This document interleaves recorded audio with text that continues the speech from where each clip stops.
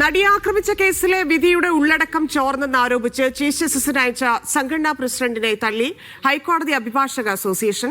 പ്രസിഡന്റിന്റെ കത്ത് എക്സിക്യൂട്ടീവ് കമ്മിറ്റിയുടെ അറിവോടെയല്ല, ജഡ്ജിമാർക്ക് ചോദ്യം ചെയ്യപ്പെടാനാകാത്ത വിശ്വാസ്യതയുണ്ടെന്നും എക്സിക്യൂട്ടീവ് കമ്മിറ്റി പ്രസ്താവനയിൽ പറഞ്ഞു. മോസിന ചേരുന്നു. മോസിന, വ്യക്തമാക്കാമോ? ധന്യ, ഈ നടിയെ ആക്രമിച്ച കേസുമായി ബന്ധപ്പെട്ട് ഈ കത്തിന്റെ ഈ വിധിയുടെ ഉള്ളടക്കം ഉൾപ്പെടെയുള്ള ഒരു കത്ത്, ഒരു ഊമക്കത്താണ് രാവിലെ മുതൽ വലിയ രീതിയിൽ വിവാദമായ ഒരു ചർച്ചയായി മാറിയിരിക്കുന്നത്. എന്താണെങ്കിലും ഈ കത്തുമായി ബന്ധപ്പെട്ട് കത്തിന്റെ ഉള്ളടക്കം ഉൾപ്പെടെ സൂചിപ്പിച്ചുകൊണ്ട് ചീഫ് ജസ്റ്റിസിനായിരുന്നു ഈ അഭിഭാഷക അസോസിയേഷൻ പ്രസിഡന്റായ യശ്വന്ത് ഷാണായി കത്ത് അയച്ചിരുന്നത്. പക്ഷേ ഇങ്ങനെ ഒരു കത്ത് ചീഫ് ജസ്റ്റിസിന് കൊടുക്കുന്ന നടപടിയുമായി ബന്ധപ്പെട്ട് ഇത് അഭിഭാഷക അസോസിയേഷൻ എക്സിക്യൂട്ടീവിൽ ഇതുമായി ബന്ധപ്പെട്ട ഒരു ചർച്ചയും നടന്നിട്ടില്ല എന്നുള്ളതാണ് അഭിഭാഷക അസോസിയേഷന്റെ ഒരു ആരോപണം.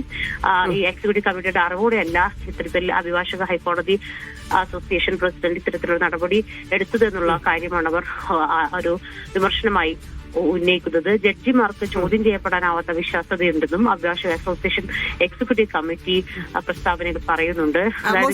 നിയമപരമായിട്ട് മറ്റെന്ത് ചാൻസ് ആണ്? അതായത് ഇങ്ങനെ ഇത് വളരെ ഗൗരവമുള്ള വിഷയമാണ് കത്തിൽ പറഞ്ഞിരിക്കുന്നത്. കാരണം വിധി പറയുന്നതിന് കുറച്ച് ദിവസങ്ങൾക്ക് മുമ്പ് ആ വിധി എന്തായിരിക്കും എന്നുള്ളത് കത്തിൽ വരിക എന്ന് പറയുന്നത് അത് വളരെ ഗൗരവത്തോടെ പരിഗണിക്കേണ്ടതുണ്ട്. നിയമപരമായിട്ട് എന്ത് സാധ്യത ഇല്ലെങ്കിൽ എന്ത് മാർഗമാണ് അതിലുള്ളത് ഇനി അവർക്ക്?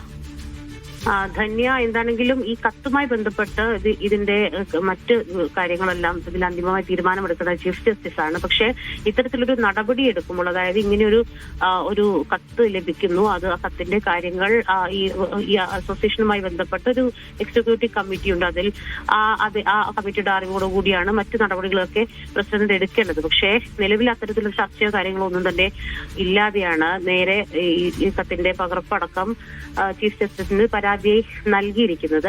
ഇതാണ് ഒരു വിമർശനമായിട്ട് ഉയർന്നു വന്നിരിക്കുന്നത്. എന്താണെങ്കിലും ഈ കത്തുമായി ബന്ധപ്പെട്ട് ഇനി എന്താണ് ചീഫ് ജസ്റ്റിസിന്റെ ഭാഗത്തു നിന്ന് ഉണ്ടാവുക എന്നുള്ളതാണ് ഏറ്റവും പ്രധാനമുള്ള കാര്യം. കാരണം നമുക്കറിയാം, ഏറ്റവും നിർണായകമായ വിധിയിൽ 8-ാം തീയതിയാണ് വിധി വന്നത്. ഈ കത്ത് വരുന്ന വിധിയിൽ പറയുന്ന മിക്ക കാര്യങ്ങളും ഈ കത്തിലുണ്ട് എന്നാണ് അഭിഭാഷക അസോസിയേഷൻ പ്രസിഡന്റ് യശ്വന്ത് ഷാണായി നൽകിയ പരാതിയിൽ അല്ലെങ്കിൽ ഒരു കത്തിൽ പറഞ്ഞിരിക്കുന്നത്.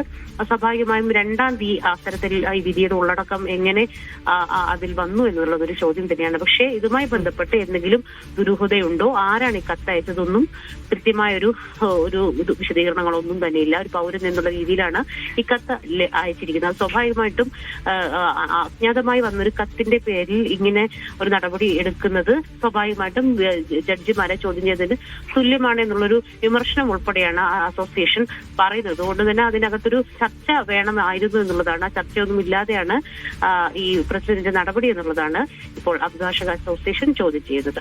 ധന്യ. ശരി, മോസിന.